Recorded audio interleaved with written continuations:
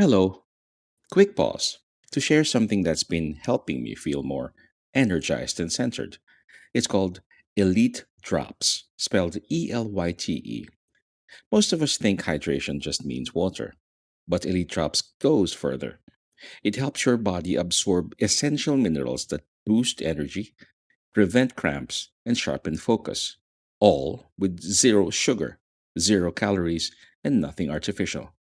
You just add a few drops to your water, and within hours, you may feel more clarity, less fatigue, and even a deeper sense of calm as your body finds balance. Because true hydration doesn't just fuel your muscles, it steadies your mind.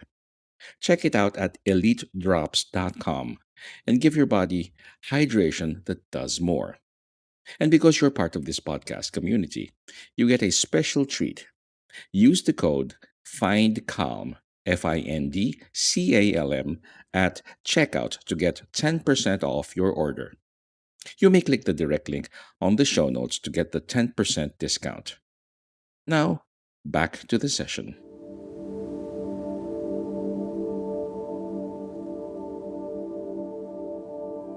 Welcome to Find Your Daily Calm. I'm your host, Sel Gaston. Today, you'll hear a special reading from Justin Hai, author of Stress Nation, which debuted at number 6 on the USA Today bestseller list. In this passage, Justin reminds us that our constant connection to screens, though meant to help us, often leaves our bodies and minds overstimulated, our sleep disturbed, and our hormones out of tune. So find a quiet space, take a deep breath, and allow Justin's words to guide you toward awareness, balance, and calm.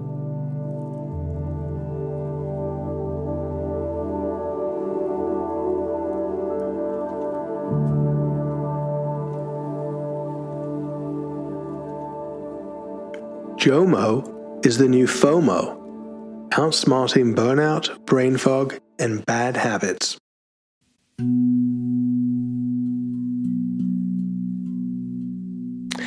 There is no enemy to the peaceful solitude of a quiet afternoon with a good book or a fun date night out with your partner, quite like the group text.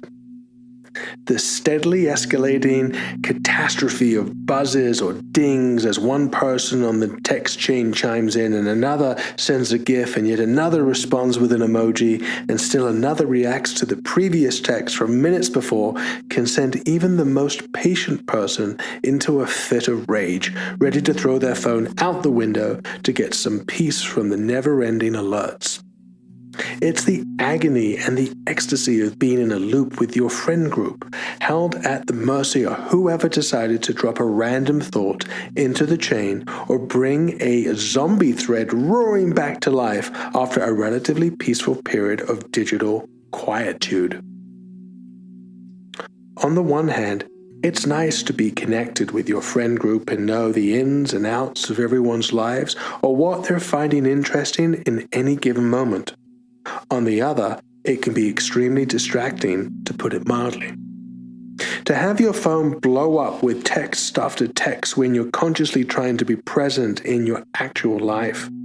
Knowing what we know about the distractive nature of push alerts and the mere presence of our phones, it's hard enough to actively disengage from an invasive technology, but add in a symphony of notifications repeatedly blasting through the quiet as you just try to protect your peace, and it can be nigh on impossible to carve out that precious time away from your devices.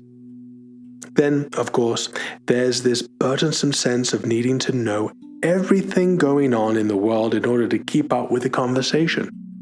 Whenever anything remotely newsworthy happens, there's always that one friend who jumps into the thread with commentary or questions for the group. If you're someone who is actively trying to cut back on the amount of time you spend online or just trying to limit your news intake for your own mental well-being, it can be frustrating for the conversation to shift and you to be unable to follow its trajectory, forcing you to either admit your ignorance or quickly start Googling to find out what everyone else is talking about. Whether it's pop culture or current events, there's a certain anxiety tied to being the person in the group chat who's out of the loop and brings the conversation to a screeching halt because you either don't know who everyone else is talking about or have no idea what event they are referring to. It's the digital version of FOMO, the fear of missing out. You don't want to be the reason everyone starts another group chat without you, leaving you to slowly be left behind or wondering why the formerly active text thread has suddenly gone silent. The new FOMO isn't about missing the party. It's about staying on top of the info you need to make your friends laugh.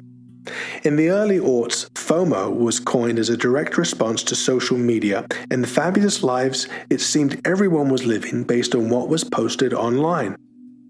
Often what people forgot was that our online selves were carefully curated, only showing our most exciting moments and adventures. Very few were posting the mundane activities that made up their everyday existence. FOMO was what caused us to be apprehensive that we were missing out on unique experiences that those in our social networks had access to. That we were somehow socially inferior if we did not also engage in all those Instagrammable parties and trips and experiences. It caused us to go to great lengths to showcase only the most picture-perfect parts of our lives while simultaneously being hyper-focused on what everyone else was doing and wondering why we weren't also either invited to the same parties and events or living the same kind of lifestyle. FOMO, as silly as it sounds, is something psychologists attribute to causing real-world harm, creating a problematic type of attachment to social media that can lead to lack of sleep, emotional tension, negative effects on physical well-being, anxiety, and a lack of emotional control. While we've wised up exponentially since those naive early days when we believed everything we saw on social media was an accurate representation of someone's daily life, it doesn't mean FOMO no longer exists. It's simply evolved into something more nuanced. Instead of worrying we're missing out on rewarding experiences that others are having without us, which in turn leaves us with an unmet social needs, we're now worried about missing out on information that would help us create social connections with our existing group of friends or new acquaintances. The loneliness epidemic has left us desperate for connections and eager to be good conversation partners, but with that comes an anxiety of being out of the loop, not being able to connect with someone about a topic because we've missed a crucial piece of information within the endless stream of content we're being bombarded with every single day. Did you read what Taylor Swift posted about her maybe impossible, hopefully, new album? Do you agree with that cult article on modern etiquette? Did you hear the latest episode of Fresh Air? Did you see that Saturday Night Live cold open? What do you think about the award show acceptance speech? Can you believe what just happened in the news? Isn't podcast, book, album, TikToker the best? If someone brings up any of those topics and you aren't up to date with them, the answer to them honestly with an I'm actually unfamiliar with that can typically lead to a trailing off in the conversation. As we try to find ways to connect with each other, content of all types has increasingly become a way to bond with others. We spend so much of our free time looking at screens that it's only natural that many of us are consuming the same content on those screens and would use that as a way to bond. But what's getting lost in that sea of videos, episodes, articles, tweets, and posts is that it isn't also creating pressure to consume that content in order to stay informed. It's like adult homework. If you're not in the know, you risk getting left behind by your peers. We have information, FOMO, but the joke is that there's only so much content you can actually watch, listen to, or read on any given day. No matter how chronically online you are, there's always going to be something you miss. And brace yourself for this. That's okay. You don't want to be someone who sees every piece of content. Being perpetually attached to a device in an attempt to be in the loop so you can better connect with others will leave you constantly staring at a screen and missing out on what's going on around you. There are other ways to connect with people that don't involve talking about content. Hobbies? You remember those? And shared life experiences can be a great jumping off point for conversation starters. So, how to replace FOMO with JOMO, the joy of missing out, and reclaim your peace, happiness, and real life relationships. Perhaps that's why the concept of JOMO, the joy of missing out, has started to catch on as people realize that constantly staring at a screen in an effort to stay in the loop is causing them to miss out on the important moments in their life. JOMO is the rejection of the addictive nature of technology, replacing that quick dopamine hits that social media likes to fire off in our brains for the more lasting mental health benefits of being present in your life and the environment and people around you. Rather than chasing that feel-good dopamine surge that happens when we spend time on social media, a short-lived burst that fades quickly and requires you to stay immersed in your screen, scrolling endlessly to keep the sensation coming, JOMO is about slowing down and appreciating what's in front of you. It means being intentional with your time, to schedule things that are truly important to you rather than getting sucked into wasting time in a scroll hole. Consuming content online for hours, or lurking on your connection's social media feeds to see what everyone is doing without you. Doing something with intention, be it finding time in your day to work out, or scheduling time to meet a friend for a catch-up session at your favorite restaurant, prioritizes not only your time, but your health and relationships. And it allows you to do those things consciously and decisively, rather than letting a computer algorithm passively lead you towards the next thing you view. By taking the time to focus on yourself and the things you actually want to do or accomplish, rather than being steered by technology, you discover a greater understanding of who you are as a person and what your skills and interests truly are. JOMO also allows you to be present in the moment, rather than have anxiety around what it is you are missing or what it is you should be doing. If you are constantly chasing the digital zeitgeist, you are always playing catch-up and will never have time to embrace and enjoy experiences as they happen. Too often, when we attend an event or travel somewhere, we feel the urge to document it with our phones, from concerts to meals to picturesque spots in nature. We've lost the ability to simply exist in the moment, in time, and enjoy it for what it is. Viewing life through a screen doesn't have the same effect on your mind and body as being fully present in the moment. There's also a slowness and a stillness that comes from disconnecting from our devices in order to focus more on our real-world lives. Technology and FOMO, with their very nature, create a false sense of urgency. Everything must be done quickly, or you miss out on the novelty. No one wants to be the person who sends a meme that everyone has seen 1,000,000 times already. If you're not first, you're last.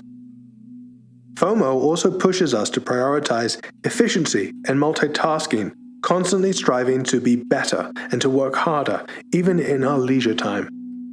Why concentrate on one thing when you can be doing 3? It's how the whole concept of the side hustle turned what was supposed to be our enjoyable hobbies into money-making businesses. If you're not capitalizing on your free time, then you're wasting it. But that's not how the human body works. We're not machines created to monetize every aspect of our lives. We do not need to be in constant competition with our peers to be the most enterprising individual of our generation. It's okay to like knitting and to not open up on Etsy shop to sell your creations, or to write for the love of writing and not become the next best-selling author, or to decorate intricate cupcakes and not turn them into a super popular TikTok video. Some things can just be for you, to enjoy as a hobby that fulfills you or relaxes you. Another perk of JOMO. When we are more intentional with our time, we not only find the time to do things we enjoy, It's also easier to find the motivation to be better to ourselves. One of the hardest parts about eating healthier and exercising regularly is finding the motivation to get into a regular routine. But healthy eating and daily exercise are good for our bodies and for keeping our cortisol in balance. And while everyone wants there to be some secret hack to lower cortisol through a niche diet or special exercise routine, the simple answer is that the real solution is to go to bed at the same time every night, obtain 7 to 8 hours of uninterrupted sleep every night, eat nutritious and balanced diet, and make time for at least 60 minutes a day of low to moderate intensity cardio and weight-bearing exercises.